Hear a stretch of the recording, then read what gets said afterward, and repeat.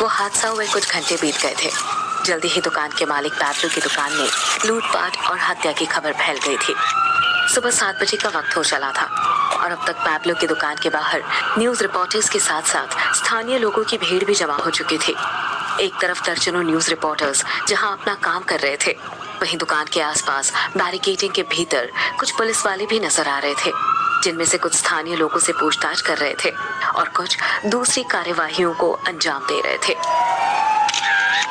News reporters live coverage दे रहे थे और कैमरे के सामने खड़े होकर बता रहे थे कि किस प्रकार देर रात गए 3 संदिग्ध बदमाशों ने दुकान में घुसकर पहले लूटपाट की और फिर उनमें से एक ने पैब्लो पर गोली भी चला दी, जिसके बाद मौके पर ही पैब्लो की मौत हो गई थी। उस वक्त पैब्लो की लाश एम्बुलेंस में रखकर पोस्टमार्टम के लिए शहर के सरकारी हॉस्पिटल में भिजवाई जा रही थी। जब वहां दूर सड़क की दूसरी छोर पर खड़ा वो शख्स अपनी नम आंखों से दृश्य देख रहा था। पैब्लो की लाश एम्बुलेंस में डालते वक्त एक पल के लिए न जाने कहां से हल्का हवा का झोंका आया और उसके चेहरे पर से वो कपड़ा हट गया जिससे उसकी लाश ढकी हुई थी।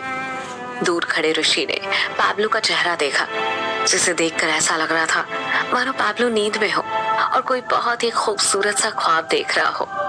अचानक एक रिपोर्टर ने पास खड़े पुलिस वाले से सवाल किया, सर, क्या आप हमें बता सकते हैं कि यह सब कुछ कैसे हुआ? रिपोर्टर की बात सुनकर फौरन सड़क पार खड़े ऋषि की नजरें रिपोर्टर और उस पुलिस वाले की ओर घूम गई। ऋषि भी इस सवाल का जवाब जानना चाहता था और शायद इसी वजह से वो वहां आया था। जी, हमें तकरीबन सुबह 4 बजे घटना की जानकारी मिली थी और जानकारी मिलने पर हमने फौरन एक टीम जांच के लिए भेज दी थी।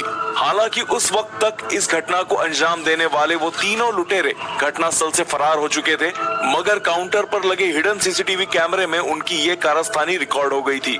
सीसीटीवी रिकॉर्डिंग हमने स्टेशन भेज दिया है। जल्दी ही उन लुटेरों की शिनाख्त कर उनकी जानकारी भी पब्लिक कर दी जाएगी।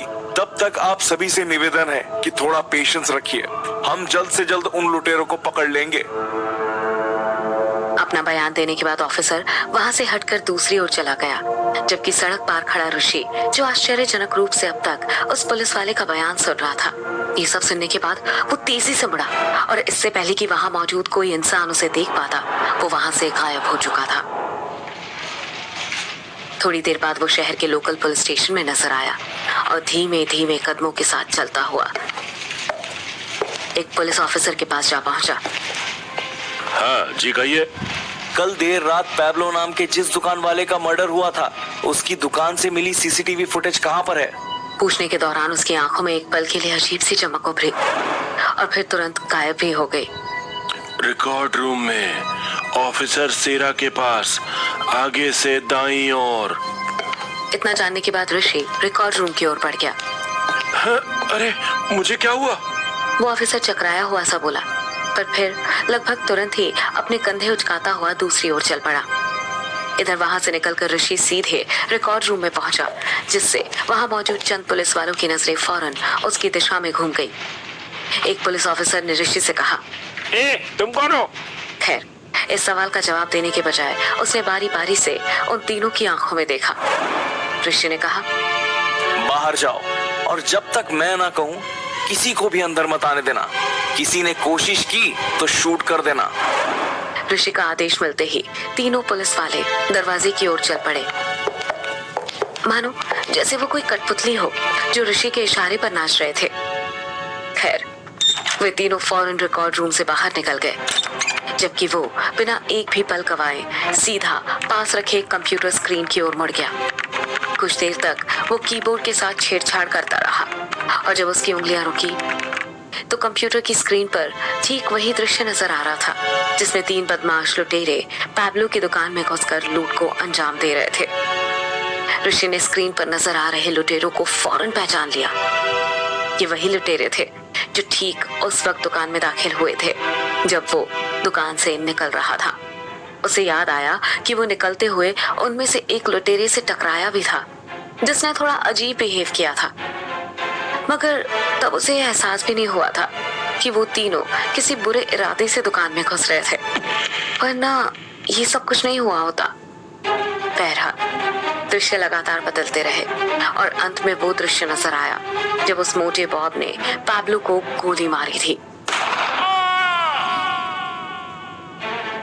वो दृश्य देखकर तो ऋषि की आंखों में मानो जैसे खून उतर आया था और साथ ही उसकी दोनों मुट्ठियां भी बुरी तरह भीग चुकी थी।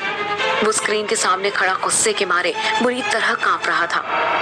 पर फिर अचानक न जाने क्या हुआ और वो एकदम से शांत पड़ गया। जाने से पहले एक आखिरी बार उसने बड़े ही ध्यान से उन तीनों बदमाशों का चेहरा देखा और फिर तेजी से मुड़कर दरवाजे की ओर बढ़ गया। अगले 1 मिनट में जिस तरह बगैर किसी रोक टोक के वो पुलिस स्टेशन के अंदर गया था, ठीक उसी तरह बाहर भी आ गया। बाहर आने के बाद वो वहीं पुलिस स्टेशन के दरवाजे पर खड़ा हो गया। इस वक्त उसके जहन में बार बार वही दृश्य कौंध रहा था जब वो पैब्लो की दुकान से निकलते वक्त उस मोटे बदमाश से टकराया था। न जाने क्यों, मगर हर बार उसे यह एहसास हो रहा था कि मानो जैसे वो कोई चीज मिस कर रहा हो, कुछ ऐसा जो उसके जहन में अटका हुआ था। एक बार फिर झटके से वही दृश्य दोबारा उसकी आंखों के आगे कौंध गया जिसमें वो उस मोटे बदमाश से टकराया था। टकराने के बाद उसने उससे सॉरी भी बोला था, मगर मोटे ने उसके सॉरी पर जरा भी ध्यान नहीं दिया था। ठीक उसी पल ऋषि की नजर उस मोटे बदमाश के दाहिने हाथ पर पड़ी जिस पर एक टैटू बना हुआ था जो आमतौर पर इलीगल ड्रग पार्टीज में शामिल होने वालों के हाथ पर बनाया जाता था, खास तौर पर उन लोगों के हाथों पर जो ऐसी पार्टीज के रेगुलर कस्टमर्स होते थे। ये समझ में आते ही वो फौरन वर्तमान में लौट आया और फिर देखते ही देखते वहां से गायब हो गया, बिल्कुल हवा के झोंके जैसा। जबकि अंदर रिकॉर्ड रूम में खड़े पुलिस वाले ये सोचकर हैरान थे कि कुछ देर पहले वो अचानक बाहर क्यों चले गए थे। तुमने पैब्लो की जान क्यों ली? ये बात सुनकर उन तीनों के ही तिरपन कांप उठे। कौन पैब्लो? तू रुक, मैं देखता हूँ उसे। बॉब गन निकालकर ऋषि के सामने खड़ा हो गया। बॉब के हाथ में गन देखकर वहां मौजूद भीड़ चीखती हुई दूर हट गई, जबकि ऋषि आंखों में गुस्से का सैलाब लिए हुए उसे देख रहा था। कुकू FM हिंदी चैनल को सब्सक्राइब करना ना भूले और बेल आइकन